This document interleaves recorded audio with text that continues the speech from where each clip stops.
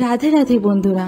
তো আজকে আমরা পৌঁছে গেছি মথুরা বৃন্দাবন, যেখানে সবারই আশা স্বপ্ন থেকে থাকে যে আমরাও একদিন মথুরা বৃন্দাবন যাব। তো আজকে আমরা যেতে পেরেছি। তো এসে গেছি আমরা মথুরা বৃন্দাবনে। তো আপনাদের আমরা এই ভিডিওর মাধ্যমে কিছু কিছু দর্শন করাবো, যেমন বাঁকে বিহারী, রাধা বল্লভ, মদন মোহন মন্দির, প্রেম মন্দির। তো চলো, এখন আমরা বেরোচ্ছি, আমাদের 5টায় ট্রেন। তো আজকে আমরা যাব বৃন্দাবনে। তো সবাই রেডি, তো চলো স্টেশনে গিয়ে দেখা হচ্ছে। আমরা এখন ছায়াপুরি স্টেশনে চলে এসেছি, সবাই এখানে ওয়েট করছি। এখন ট্রেনটা ঢুকবে এখনই। তো আমার এখানে মথুরা জংশনে ঢুকবো ডাইরেক্ট, ওখান থেকে বৃন্দাবন মথুরার যাত্রা শুরু করব। দেখুন ট্রেন আমাদের হয়তো ঢুকে গেছে, আপনারা দেখতে পাচ্ছেন ট্রেনটা ঢুকে গেছে। আমরা উঠে আপনাদের দেখাবো, দৃশ্যটা দেখাবো। চলুন দেখা হচ্ছে। মথুরা জংশনে আমরা চলে এসেছি, এখন এখান থেকে বৃন্দাবনে যাব। ওখানে আমরা হোটেল নেব, ওখানে স্টে করব। ওখান থেকে তারপর ফ্রেশ হয়ে তারপর মন্দির দর্শনে বেরাবো সবাই। সব চলে এসছি।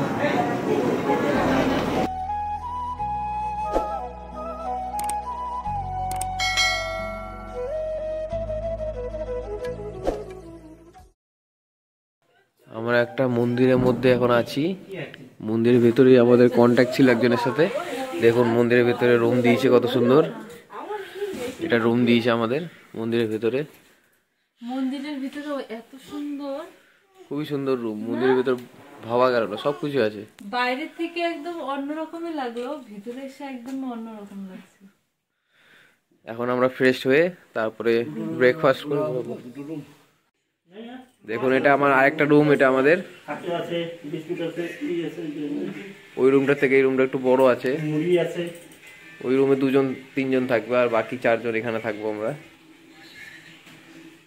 এই যে দেখুন খিদে পেয়ে গেছে ওর।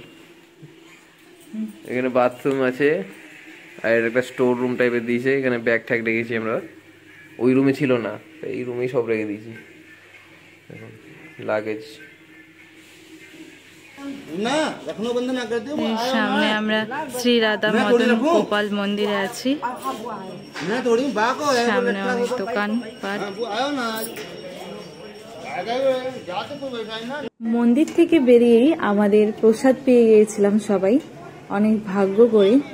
তো এখানে দেখুন ওই বানরগুলো বসে আছে, তারা ফোন কেড়ে নেয়। তো কারোর ফোন কেড়ে নিয়েছিল, তো সেটাই সবাই দেখছিল।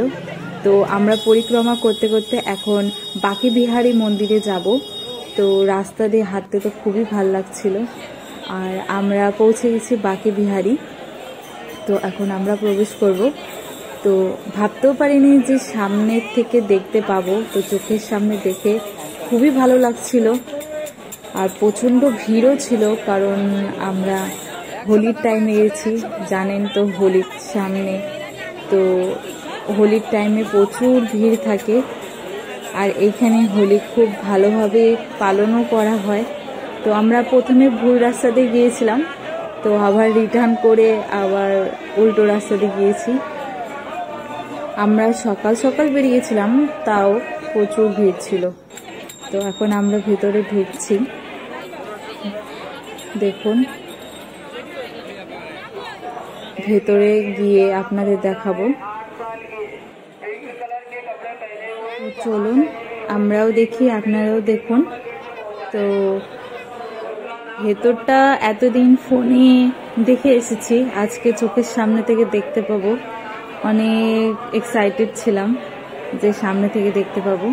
তো আমরা এখন ভেতরে ঢুকে গেছি, প্রচণ্ড ভিড়।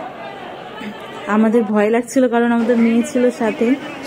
তো দেখুন আমরা সামনে যেতে পারিনি, এতটাই ভিড় ছিল ছোট বাচ্চা নিয়ে। তো আমরা দূর থেকে দর্শন করেছি, তো এতটুকুই আমরা তুলতে পেরেছি আপনাদেরকে দেখানোর জন্য। তো দেখুন মন্দির থেকে বেরিয়ে যখন আমরা এই রাধে রাধে বলছিলাম, তখন আলাদাই একটা অনুভূতি হচ্ছিল। কারণ সবকিছুই একদম অন্যরকম।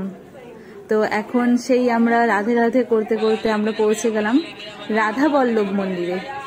তো অনেক কষ্ট করে ঢুকেছি, সেই জায়গাটা আর তুলতে পারিনি। তো আমরা বেশি লোক ঢুকতে পারিনি, আমি, আমার মা আর আমার বরই ঢুকতে পেরেছে, আর বাকি লোক সবাই বাইরে দাঁড়িয়েছিল। তো দেখুন কত সুন্দর দৃশ্য, যেটা একদম চোখের সামনে। আর এখানে হোলি খেলছিল, আর হোলি দেখতেই পাবেন।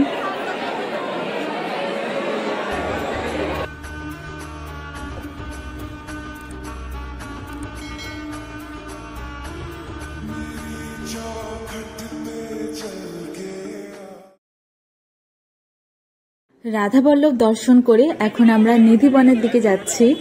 তো আমরা পুরোটাই মানে খালি পায়ে হেঁটেছি, তো এত ভালো লাগছিল, মনেই হচ্ছিল না এতটা রাস্তা আমরা হাঁটছি, মানে আলাদাই একটা শান্তি লাগছিল মনের মধ্যে। তো এখন আমরা মন্দিরের ভেতর প্রবেশ করছি।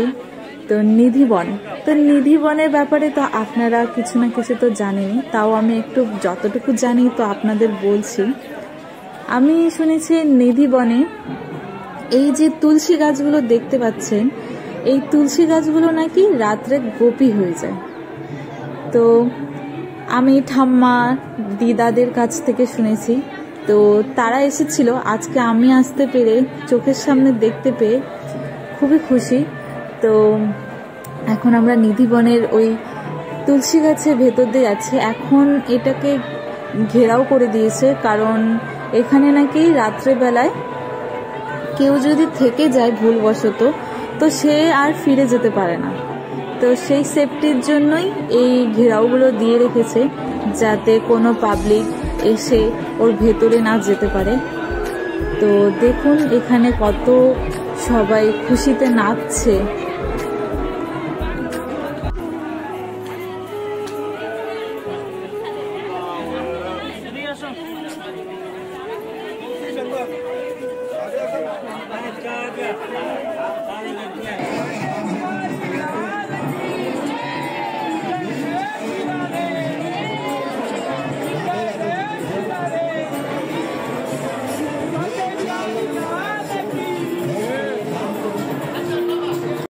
তো এখন আমরা নিধিবন থেকে বেরিয়ে কালিদে ঘাটের সামনে চলে এসেছি।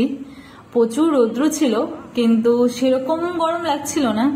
তো এইখানে নাকি এই কালিদে ঘাটে কৃষ্ণ কালনাগকে আটকে ছিল, তো সেটাই আমরা দেখতে এসেছি।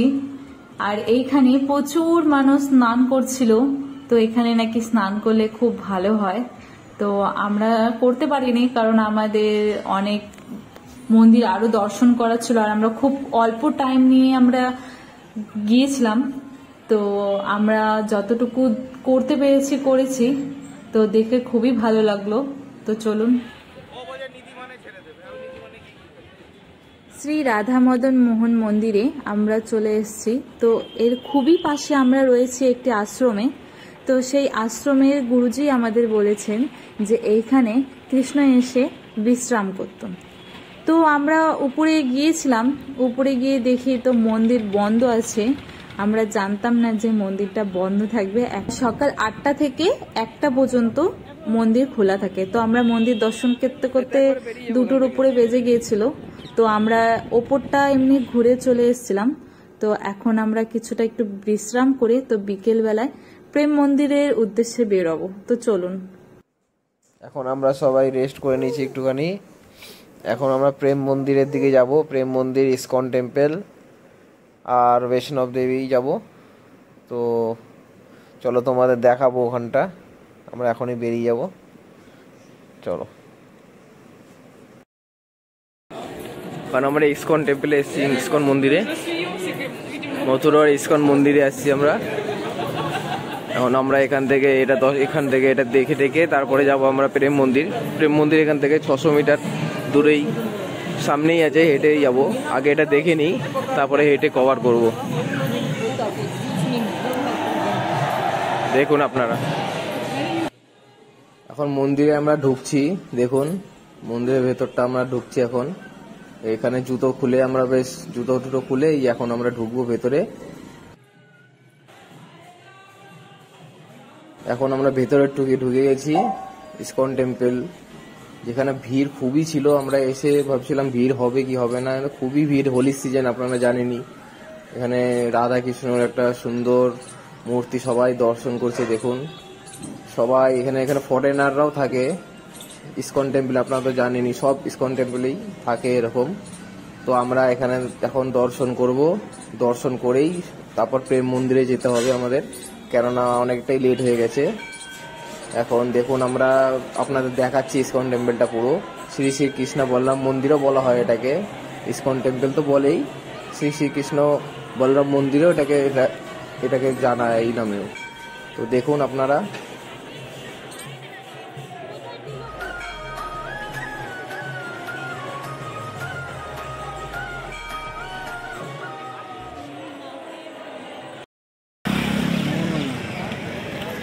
হনুমানজির স্তম্ভ দেখতে পেলাম, খুবই উঁচু। এখন আমরা প্রেম মন্দিরের দিকে যাচ্ছি, রাস্তায় পড়বে এটা, তাই দেখে নিলাম, রাস্তায় দাঁড়িয়ে আপনাদের দেখালাম, খুবই উঁচু।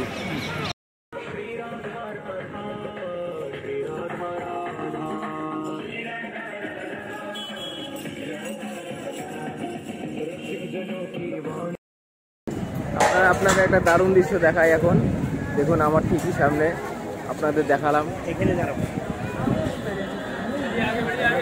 প্রেম মন্দিরে আমরা চলে এসেছি, দেখুন কি সুন্দর মন্দিরটা, দেখুন দেখুন ভিড় হচ্ছে, এমন খুবই ভিড় হয়েছে, দেখুন খুবই সুন্দর জায়গা। অনেক দিনের ইচ্ছা ছিল এখানে আসার, আজকে পূর্ণ হলো। আপনারাও দেখুন মন্দিরটা।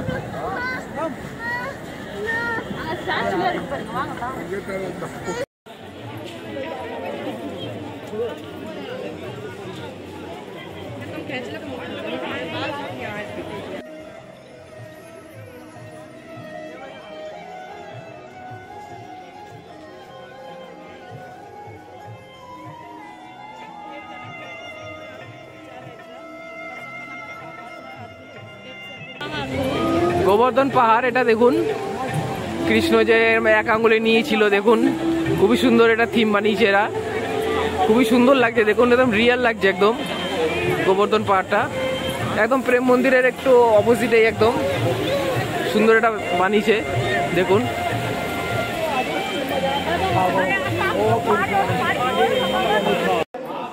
দেখুন মন্দিরে, প্রেম মন্দিরের ভেতরে আমরা চলে এসেছি, খুবই সুন্দর, মানে এত সুন্দর যে মনে একটা শান্তি হয়ে যায় ভেতরে, এত সুন্দর লাগছে দেখুন। আপনারাও দেখুন, এই যে আমার মেয়ে, আমার বউ যাচ্ছে দেখুন, খুবই হাওয়া চলছিল তাই ওকে একটু কভার করে নিয়েছিলাম। দেখুন ভেতরটা কি সুন্দর, দেখুন মনে শান্তি।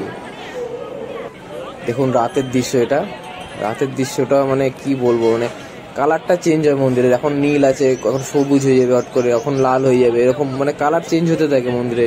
এত সুন্দর দৃশ্য দেখুন। ভিড় তো খুবই ছিল, মানে বলার মতন না, মানে কালারটা যে কি সুন্দর চেঞ্জ হয় দেখুন, এখন নীল দেখাচ্ছিলাম এখন সবুজ হয়ে গেল, দেখুন কি সুন্দর মানে কালারটা চেঞ্জ হয় এখানকার। আজকে দিনটা খুবই ভালো গেল আমাদের, দেখুন সন্ধ্যা হয়ে গেছে। তো আমরা এখন ডাইরেক্ট এখান থেকে আশ্রম যাব, ওখানে আশ্রমে আরাম করে তারপরে কালকে আমরা মথুরার উদ্দেশ্যে বেরাবো। সেখানে শ্রীকৃষ্ণ জন্মভূমি, আরো অনেক মন্দির আছে দেখার মতন। ভিডিওটা ভালো লাগলে লাইক কমেন্ট শেয়ার করে দেবেন, আর আপনাদের এই ভিডিওটি কেমন লাগলো কমেন্টে নিশ্চয়ই জানাবেন।